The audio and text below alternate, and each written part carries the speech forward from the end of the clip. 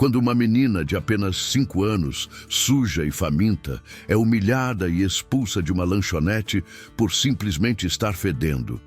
Mas naquele mesmo instante, um milionário que almoçava ali presencia a cena e toma uma atitude inesperada.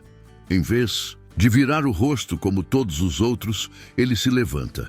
E o que ele faz a seguir não apenas choca todos ao redor, como muda para sempre a vida daquela garotinha. E a dele também. O que parecia ser mais um dia cruel para aquela criança se transforma em um momento de pura redenção e reviravolta. Mas antes de começar a minha história, me conta de onde você está assistindo esse vídeo. E não se esqueça de curtir e me seguir para apoiar meu trabalho. A chuva fina castigava as ruas do centro de São Paulo naquela noite de junho. O cheiro de fritura misturado ao aroma de café recém-passado preenchia o ambiente apertado da lanchonete. Do Seu Zé, um estabelecimento modesto que servia há décadas os trabalhadores da região. Maria, a garçonete mais antiga do local, limpava o balcão enquanto observava os últimos clientes do dia terminarem suas refeições. Foi quando a porta se abriu com um rangido suave, deixando entrar uma rajada de vento frio e uma pequena figura que fez o coração de todos apertar. Uma menina que não devia ter mais que 5 anos, encharcada até os ossos, com os cabelos escuros grudados no rosto pálido e os pés descalços cobertos de lama, cambaleou para dentro do estabelecimento. "Ei, aqui não é lugar para mendigo não!" bradou um homem corpulento sentado próximo à porta, afastando seu prato como se a simples presença da criança pudesse contaminar sua refeição. A pequena não respondeu. Seus olhos grandes e assustados percorreram o ambiente, fixando-se por um momento no prato de comida abandonado sobre uma mesa próxima. Ela tremia visivelmente, suas roupas esfarrapadas pingando no chão recém-encerado. "Maria, tira essa menina daqui antes que espante os fregueses", ordenou Seu Zé, o proprietário, sem nem mesmo levantar os olhos do jornal que lia. A garçonete hesitou por um momento, mas começou a se aproximar da criança quando uma voz rouca e firme soou do fundo do estabelecimento. "Deixe-a em paz." Todos os olhares se voltaram para a mesa do canto, onde um senhor de aparência distinta, embora um tanto descuidada, levantava-se com alguma dificuldade. Calvino da Rue, conhecido pelos funcionários como o cliente silencioso que aparecia todas as noites há algumas semanas, sempre pedindo apenas um café e permanecendo horas sentado, observando a movimentação sem interagir com ninguém. "O senhor não pode estar falando sério", protestou o homem corpulento. "Olha só o estado dela, vai trazer sujeira, talvez até doenças." Calvino ignorou os comentários e, com passos lentos mas decididos, aproximou-se da menina. Seu rosto, marcado por uma cicatriz recente, próxima à têmpora, sequela de um AVC sofrido meses antes, apresentava uma expressão serena que contrastava com a tensão do ambiente. "Como se chama, pequena?" perguntou ele, agachando-se com dificuldade para ficar na altura dela. A menina recuou um passo, seus olhos revelando um misto de medo e desconfiança.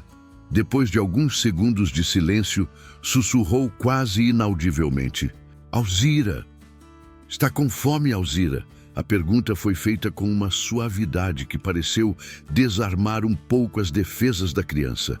Ela assentiu levemente, ainda sem desviar os olhos dos dele. "Maria", chamou Calvino, "traga um chocolate quente e um prato de sopa para a menina, por favor. E também uma toalha limpa, se tiver." "Mas seu Calvino", começou a garçonete olhando nervosamente para o patrão. "Eu pago dobrado", acrescentou ele, num tom que não admitia discussão. O silêncio pesado que se seguiu foi quebrado apenas pelo som da chuva batendo nas janelas e pelos passos hesitantes de Maria em direção à cozinha.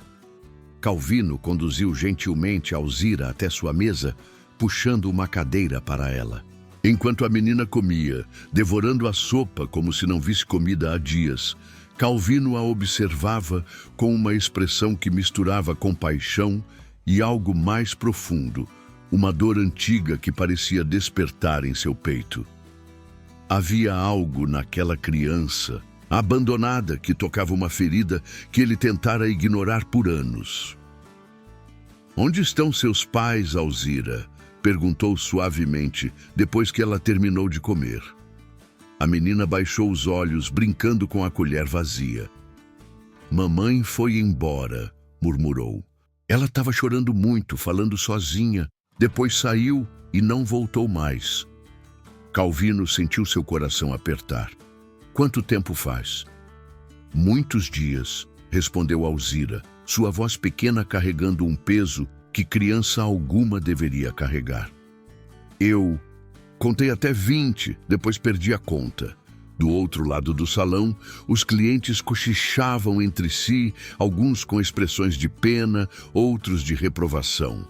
Seu Zé havia desaparecido para os fundos do estabelecimento, claramente desconfortável com a situação. "E onde você tem dormido?"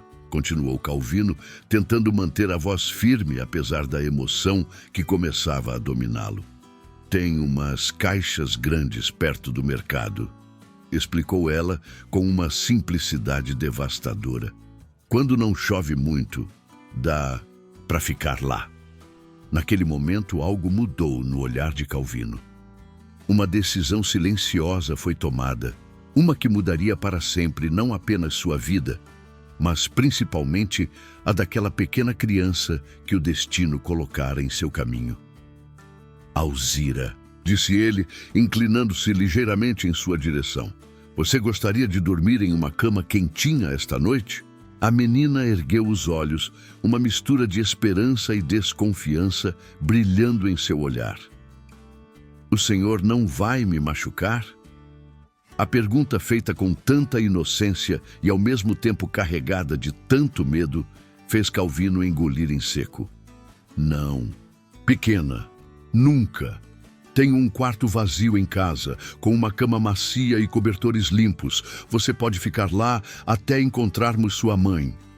Mas mal sabia Calvino que aquela noite seria apenas o começo de uma jornada muito mais complexa e dolorosa do que ele poderia imaginar. Uma jornada que exigiria dele mais força e coragem do que todos seus anos de sucesso profissional jamais haviam demandado. Comente o que você acha que vai acontecer e se inscreva no meu canal para apoiar meu trabalho. A chuva continuava caindo. Lá fora, mas dentro da lanchonete, naquela mesa do canto, uma pequena chama de esperança começava a se acender.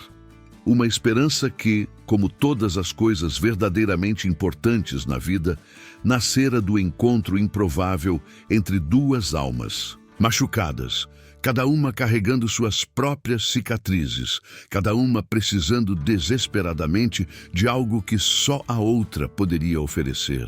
O apartamento de Calvino ficava no 3º andar de um prédio antigo, sem elevador.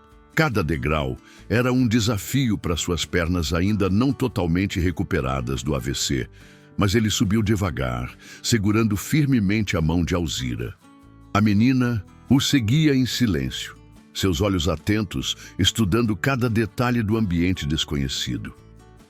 Ao abrir a porta, o cheiro de mofo e solidão denunciava que aquele lugar há muito não recebia visitas.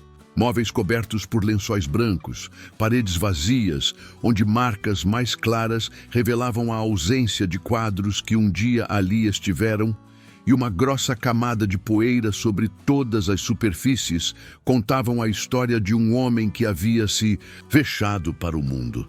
"Desculpe a bagunça", murmurou Calvino, acendendo as luzes. "Faz tempo que não recebo ninguém."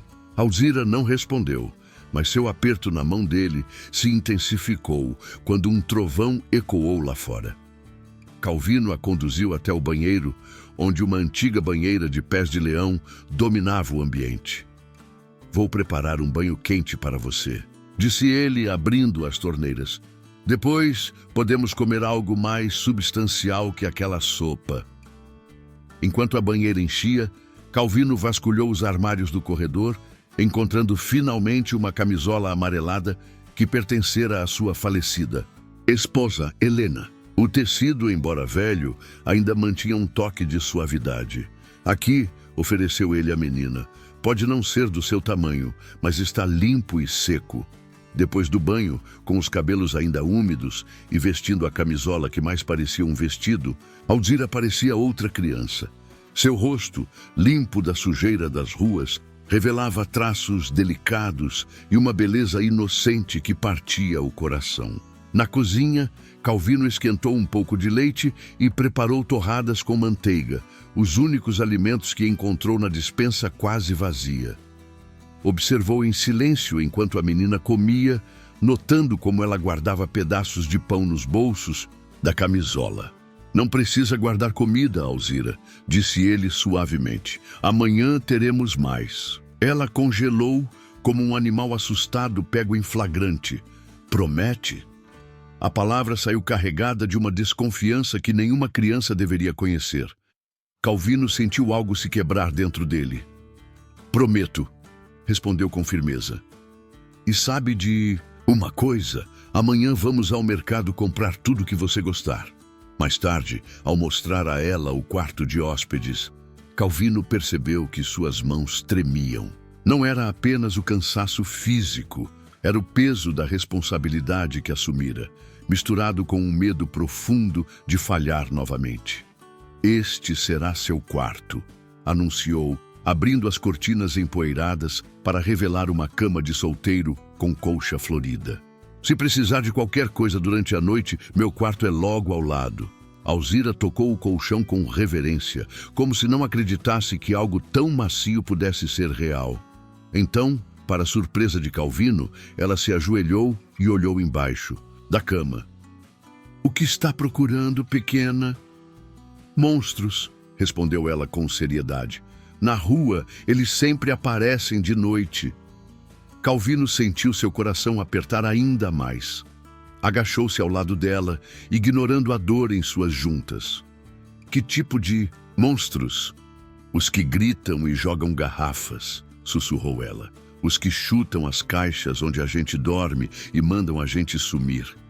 Naquele momento, Calvino entendeu que os verdadeiros monstros não se escondiam debaixo das camas, mas andavam livremente pelas ruas, vestindo a pele de uma sociedade que havia falhado com aquela criança de tantas maneiras diferentes.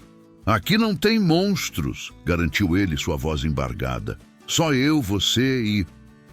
Parou abruptamente, seu olhar capturado por uma foto emoldurada na mesa de cabeceira. Nela, um jovem sorria ao lado de uma mulher de cabelos castanhos. Helena, sua esposa, e Ricardo, seu filho único. A foto havia sido tirada no último Natal que passaram juntos, antes que as brigas e o orgulho destruíssem tudo. Alzira seguiu seu olhar. Quem são eles? Minha família, respondeu Calvino, sua voz quase um sussurro. Eles não moram mais aqui. Foram embora como minha mãe? A pergunta inocente atingiu Calvino como um soco. Não exatamente, conseguiu responder. É uma história complicada. Comente o que você acha que vai acontecer e se inscreva no meu canal para apoiar meu trabalho. Naquela primeira noite, nenhum dos dois dormiu bem. Calvino podia ouvir os soluços abafados vindos do quarto ao lado, mas sabia que Alzira precisava de espaço para processar tudo o que estava acontecendo. Ele mesmo passou horas acordado, revirando-se na cama, pensando em como sua vida havia mudado completamente em questão de horas. De madrugada, um grito agudo o arrancou do sono inquieto. Correu para o quarto de Alzira o mais rápido que suas pernas permitiam, encontrando-a encolhida num canto da cama, tremendo violentamente. Foi só um pesadelo, murmurou ele, sentando-se na beirada do colchão. Está tudo bem agora. Mamãe, chamou ela em meio ao choro. Eu quero minha mamãe. Calvino não sabia o que dizer. Como explicar para uma criança de 5 anos que sua mãe provavelmente nunca voltaria? Como prometer que tudo ficaria bem quando nem ele mesmo sabia o que o amanhã traria? Posso te contar uma história? Ofereceu, tentando distraí-la. Quando Ricardo, meu filho, era pequeno, ele também tinha pesadelos. Sabe o que fazíamos? Alzira balançou a cabeça, ainda soluçando. Abríamos a janela e contávamos estrelas até o sono voltar, explicou Calvino, levantando-se com dificuldade para afastar as cortinas. Olha, a chuva parou. Vamos tentar? A menina hesitou por um momento, mas então se aproximou da janela. Juntos, começaram a contar as estrelas que pontilhavam o céu agora limpo. Na 10ª estrela, Alzira já bocejava. Na 15ª, seus olhos começaram a pesar. Quando chegaram à 20ª, ela havia adormecido novamente, dessa vez com a cabeça apoiada no braço de Calvino. Com cuidado para não acordá-la, ele a deitou na cama e a cobriu. Ficou ali por um longo tempo, observando sua respiração agora, tranquila, pensando em todas as noites que aquela criança havia passado sozinha nas ruas, sem ninguém para espantar seus pesadelos. O que Calvino não sabia era que aquela noite marca apenas o início de uma jornada muito mais desafiadora. Nos dias que se seguiriam, ele descobriria que abrir seu coração e sua casa para Alzira seria o menor dos seus desafios. A sociedade, com seus preconceitos e burocracias, não veria com bons olhos um homem solteiro e idoso cuidando de uma menina sem qualquer vínculo formal. Os dias que se seguiram trouxeram uma rotina estranhamente reconfortante para o apartamento antes silencioso. Calvino descobriu que cuidar de Alzira dava um novo propósito à sua vida, preenchendo os vazios que o AVC e a solidão haviam deixado. Mas a paz duraria pouco. Numa manhã de quarta-feira, enquanto Alzira desenhava na mesa da cozinha e Calvino preparava o café da manhã, batidas firmes soaram na porta. Ao abrir, deparou-se com 2 mulheres de expressão severa e um homem de terno. «Senhor Calvino Darrieux?» perguntou a mais velha das mulheres, consultando uma prancheta. «Sou Marta Santos, do Conselho Tutelar. Recebemos uma denúncia sobre uma menor em situação irregular». O sangue gelou nas veias de Calvino. «Não há nada de irregular aqui», respondeu, tentando manter a voz firme. «Estou cuidando dela. Sem guarda legal, sem documentação», questionou a outra mulher, uma assistente social chamada Regina. «O senhor não pode simplesmente recolher uma criança da rua e mantê-la em sua casa. Eu a encontrei abandonada, passando fome», protestou Calvino. «O que deveria ter feito? Deixá-la morrer? Deveria ter notificado as autoridades imediatamente», respondeu Marta friamente. «Precisamos levar a menina para um abrigo temporário até localizarmos sua família». «Não!» A voz de Alzira soou da cozinha. Ela estava parada na porta, um desenho inacabado ainda na mão, os olhos arregalados de medo. «Não quero ir! Quero ficar com o tio Calvino!» Regina aproximou-se da menina, tentando usar um tom suave. «Querida, vamos para um lugar com outras crianças. Será melhor para você». «Não será!» gritou Alzira, correndo para se esconder atrás das pernas de Calvino. «Ele cuida de mim. Ele não deixa os monstros me pegarem». O homem de terno, que se apresentou como Dr. Paulo, representante da vara da infância, interveio. «Senhor Darrieux, entendo sua preocupação com a menina, mas a lei é clara. O senhor não tem nenhum vínculo legal com ela. Se quiser, pode dar entrada em um processo de guarda provisória. Mas, por enquanto, ela precisa ir para o abrigo». Calvino sentiu suas pernas fraquejarem. O medo de perder Alzira misturava-se à raiva pela frieza burocrática com que tratavam a situação. «Por favor», implorou. «Ela já passou por trauma suficiente. Deixem-me ao menos acompanhá-la, garantir que ficará bem». «Sinto muito», respondeu Marta, «mas não é assim que funciona». O que se seguiu foi uma cena que assombraria Calvino por muitas noites. Alzira, aos gritos e choros, sendo literalmente arrancada de seus braços. A menina se debatia, chamando por ele, enquanto era levada para um carro oficial estacionado na rua. Tio Calvino, não deixa eles me levarem. Você prometeu que ia cuidar de mim. As palavras dela eram facas em seu coração. Tinha prometido protegê-la e agora estava ali, impotente, vendo-a ser levada. A última imagem que teve foi do rostinho dela pressionado contra o vidro do carro, lágrimas escorrendo por suas bochechas antes que o veículo dobrasse a esquina e desaparecesse. Comente o que você acha que vai acontecer e se inscreva no meu canal para apoiar meu trabalho.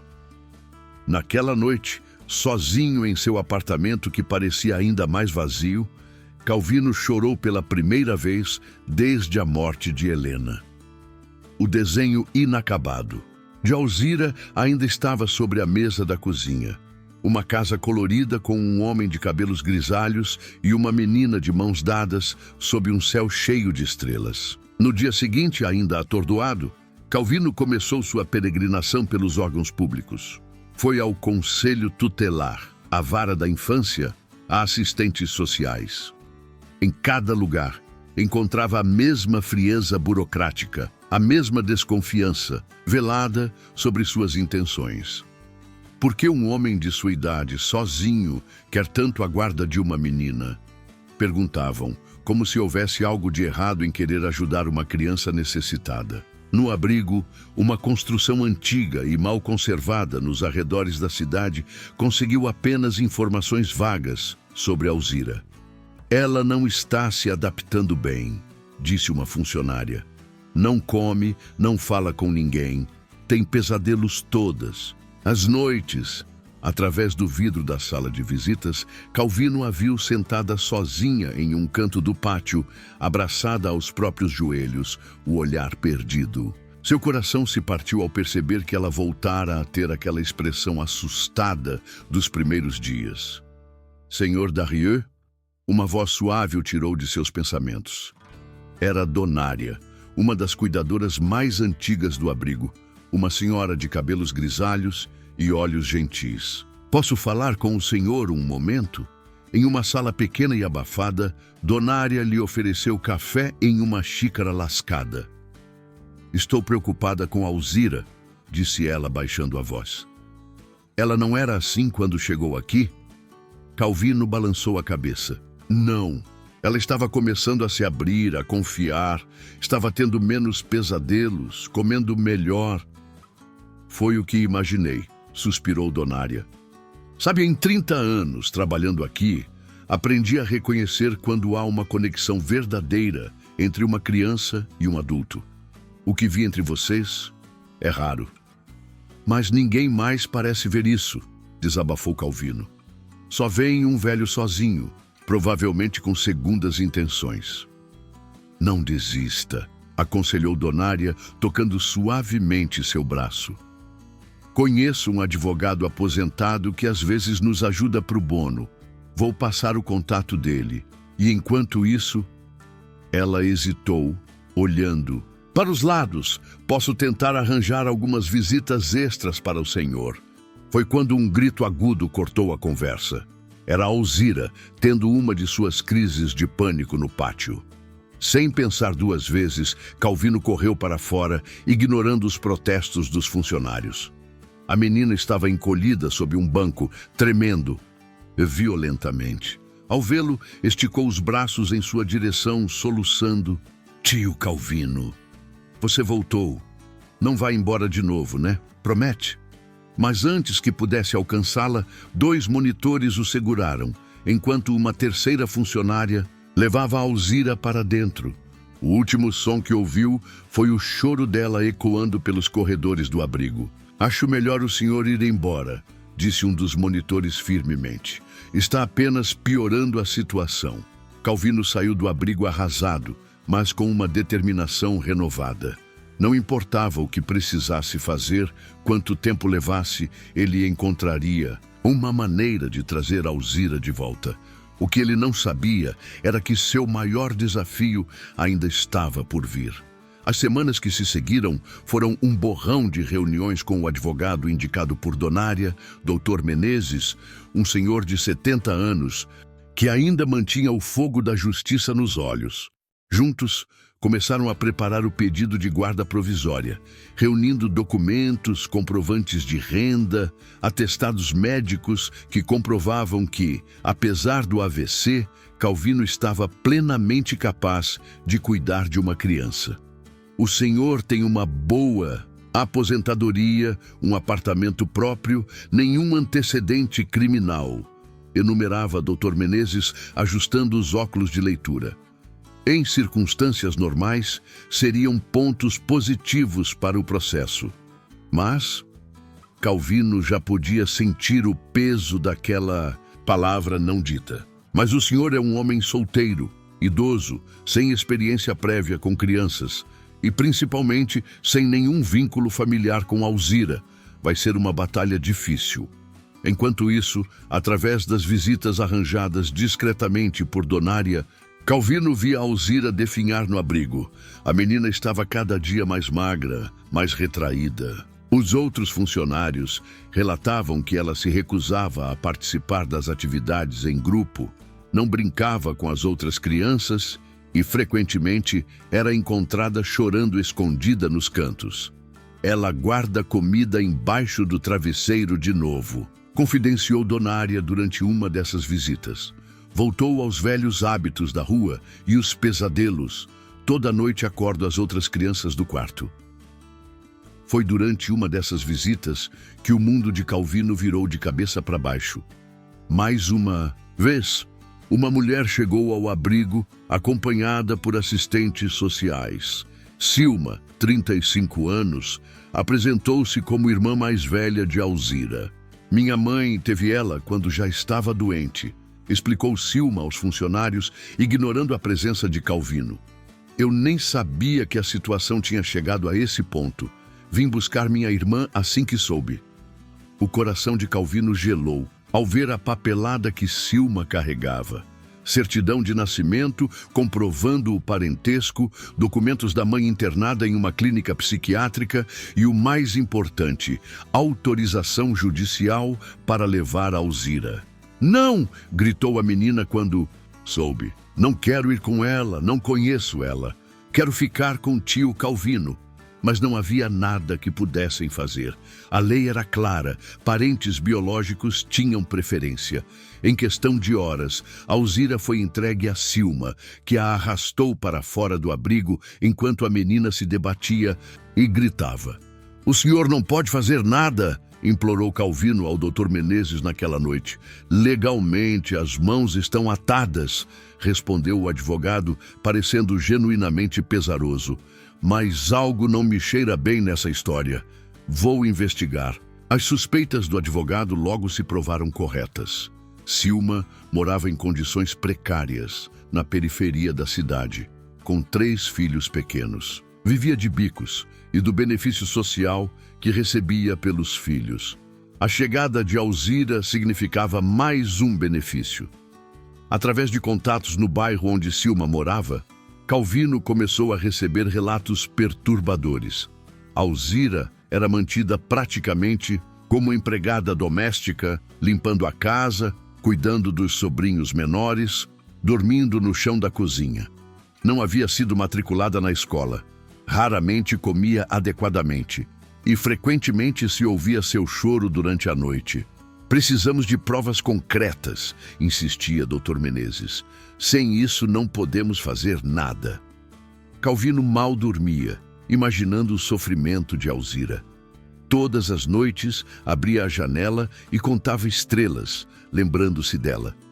Seu apartamento, que por um breve período havia sido preenchido com risos infantis e desenhos coloridos, voltara a ser um lugar frio e silencioso. Foi numa noite particularmente fria que a campainha tocou. Eram quase 2 da manhã. Calvino, que estava sentado em sua poltrona incapaz de dormir, levantou-se com dificuldade para atender. Seu coração quase parou quando abriu a porta. Ali, tremendo de frio, Com os pés descalços machucados e o rosto marcado por lágrimas, estava Alzira. Ela havia fugido da casa de Silma e, de alguma forma, conseguira encontrar o caminho de volta para ele. Tio Calvino, sussurrou ela, antes de desmaiar em seus braços. Em pânico, Calvino a pegou no colo e correu para o hospital mais próximo. A menina estava ardendo em febre, desidratada, com sinais claros de negligência. Os médicos a internaram imediatamente, diagnosticando uma infecção renal grave. Se ela não tivesse recebido atendimento logo, poderia ter sido fatal, explicou o médico. Durante 3 dias, Calvino não saiu do hospital. Dormia sentado na cadeira ao lado do leito de Alzira, segurando sua mãozinha quente de febre, rezando como não fazia há anos. A notícia da fuga de Alzira e seu estado de saúde crítico rapidamente chegou aos ouvidos da imprensa local. Logo, o caso de um idoso lutando pela guarda de uma menina negligenciada começou a ganhar atenção. Comente o que você acha que vai acontecer e se inscreva no meu canal para apoiar meu trabalho. Repórteres se aglomeravam no hospital, querendo entrevistar Calvino. Assistentes sociais apareciam em turnos para avaliar a situação. Silma surgiu exigindo a devolução da irmã, mas foi barrada pela segurança do hospital após fazer um escândalo no saguão. Entre todo esse caos, Alzira continuava lutando contra a infecção, alternando entre períodos de febre alta e momentos de lucidez. Em um desses momentos, ela apertou a mão de Calvino e sussurrou: "Eu sabia que ia te encontrar, tio. Contei as estrelas toda noite para não esquecer o caminho." Foi quando uma nova assistente social entrou no quarto. Sandra era diferente das outras. Seus olhos tinham uma compaixão genuína quando observava a interação entre Calvino e Alzira. "Vim avaliar pessoalmente o caso", explicou ela, "e acho que já vi o suficiente." O relatório de Sandra foi minucioso e contundente. Ela documentou não apenas o estado físico deplorável em que Alzira chegara ao hospital, mas também o vínculo evidente entre a menina e Calvino. Fotografou os desenhos que Alzira fazia durante a internação, todos retratando ela e tio Calvino juntos, em uma casa com estrelas no céu.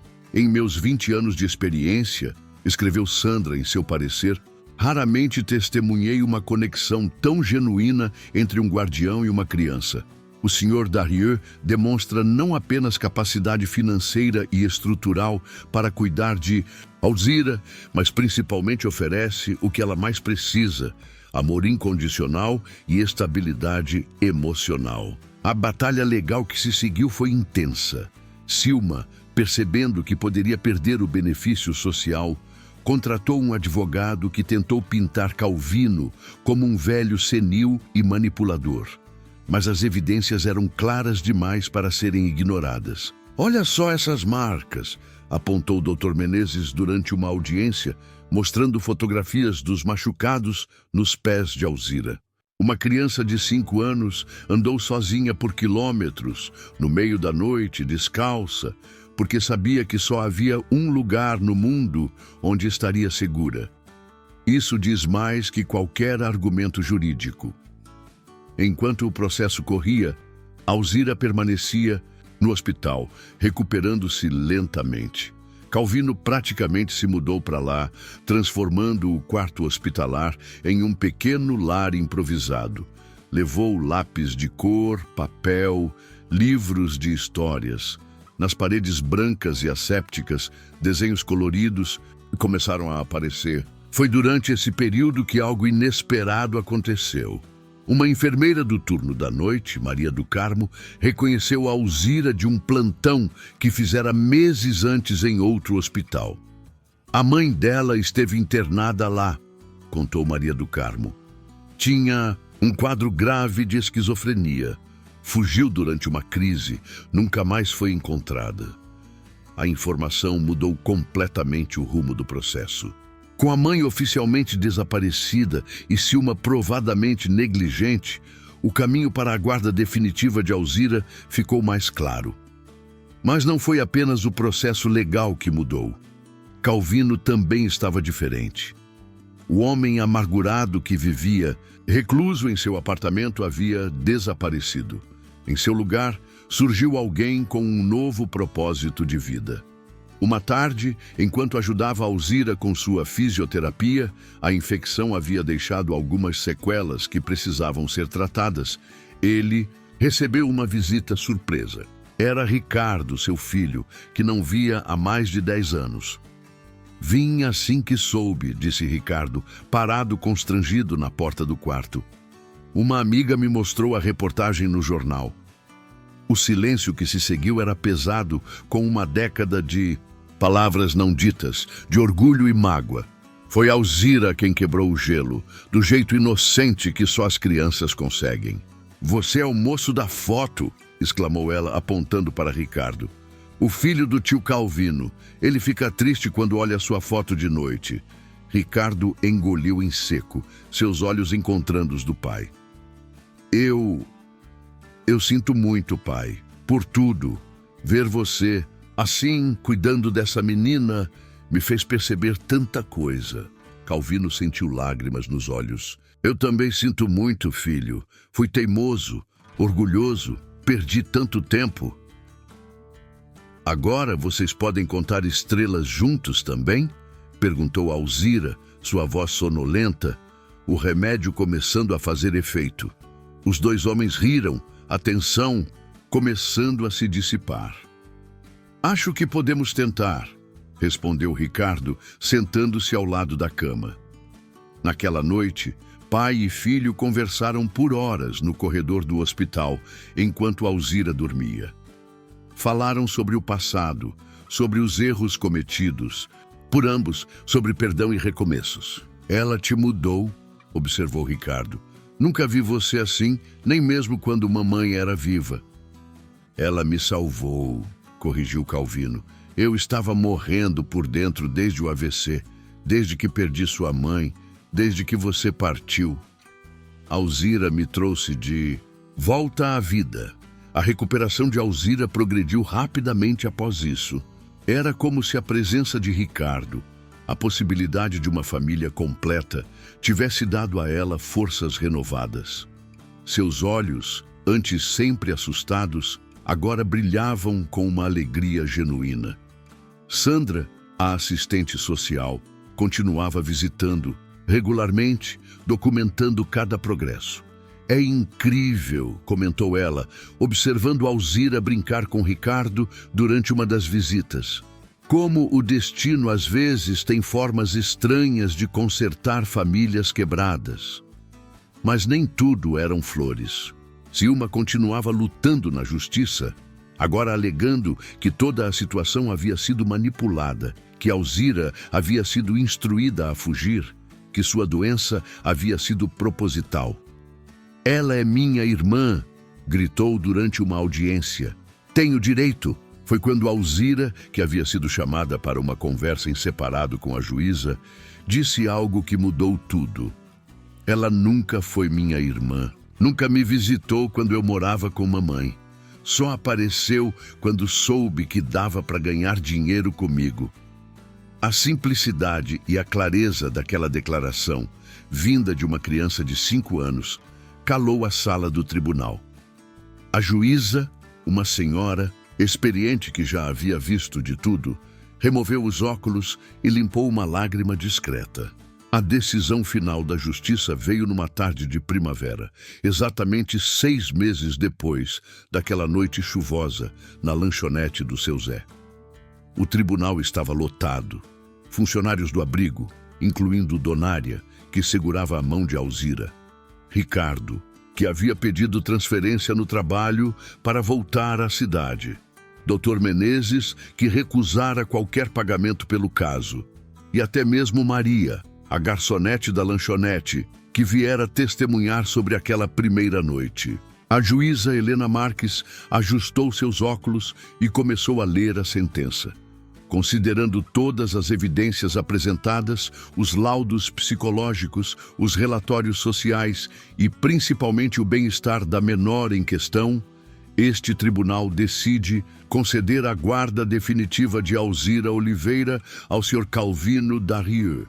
A sala explodiu em aplausos contidos. Alzira, que não entendeu completamente o que acontecia, puxou a manga do paletó de Calvino. O que isso quer dizer, tio? Quer dizer, pequena, respondeu ele, sua voz embargada, que agora somos oficialmente uma família. Para sempre. Os olhos da menina se arregalaram. Igual nas histórias, com final feliz e tudo. Sim, igual nas histórias. Mas a juíza não havia terminado. Além disso, continuou ela, considerando as evidências de negligência e as tentativas de exploração financeira, esta corte determina que Silma Oliveira está proibida de ter qualquer contato com a menor sem supervisão judicial. Silma, que estava sentada no fundo da sala, levantou-se abruptamente e saiu batendo a porta. Ninguém se importou. Sua presença ali era apenas por formalidade. Por fim, concluiu a juíza, permitindo-se um raro sorriso. Gostaria de registrar que em 30 anos de magistratura, poucos casos me tocaram tanto quanto este. É uma lembrança de que família não é apenas sangue, mas amor, dedicação e, principalmente, escolha. Depois da audiência, houve uma pequena celebração no apartamento de Calvino, agora totalmente transformado. O quarto de Alzira, antes um cômodo de hóspedes empoeirado, estava decorado com cores vivas, desenhos nas paredes e uma nova cama com dossel de princesa, presente de Ricardo. "Olha, vovô!" exclamou Alzira, mostrando seu mais novo desenho, para Donária.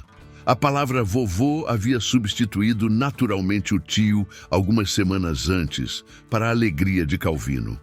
"Vovô?" riu Donária. "Pensei que ele fosse seu pai agora." Alzira balançou a cabeça com a sabedoria peculiar das crianças. "Não, ele é meu vovô, porque vovôs são mais especiais. Eles têm mais amor guardado no coração, porque viveram mais tempo." Ricardo, que ouvia a conversa, abraçou o pai. "Ela tem razão, sabe? Você tem muito amor guardado. Só precisava da pessoa certa para despertar isso de novo. Comente o que você acha que vai acontecer e se inscreva no meu canal para apoiar meu trabalho." Naquela noite, depois que todos foram embora, Calvino e Alzira fizeram seu ritual habitual de contar estrelas antes de dormir. Mas desta vez era diferente. Não havia mais medo, não havia mais incerteza. "Vovô!" chamou Alzira sonolenta. "Agora que somos uma família de verdade, você ainda vai me contar histórias toda noite?" "Toda noite", prometeu ele. "E sabe de uma coisa? Agora temos nossa própria história para contar."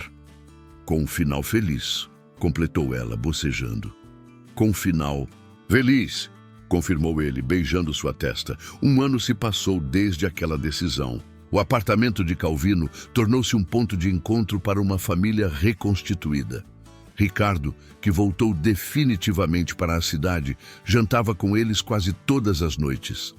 Donária virou uma visita frequente, sempre trazendo bolos e histórias do abrigo, onde Calvino agora era voluntário, ajudando outras crianças a encontrar seus próprios finais felizes. Alzira floresceu como uma flor depois da tempestade.